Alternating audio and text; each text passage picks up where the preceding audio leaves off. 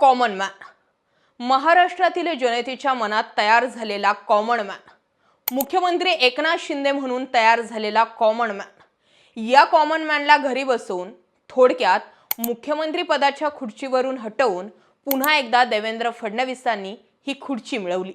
पण common man म्हणून तयार झालेले एकनाथ शिंदेंची इमेज आता पुसता येणं शक्य आहे का? कदाचित त्याचं उत्तर भेटतं नाहीच।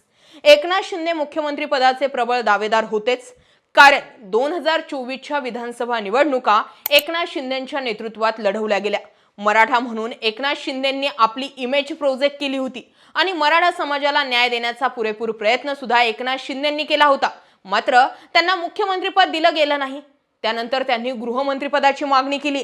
आता त्यावरती सुद्धा त्यांना पाणी सोडावं लागेल अशी अवस्था भाजपनं केली आहे। अशामध्ये एकनाथ शिंदेंनी 2.5 वर्षांमध्ये तयार केलेली आपली इमेज आता देवेंद्र फडणवीस पुढच्या 5 वर्षांत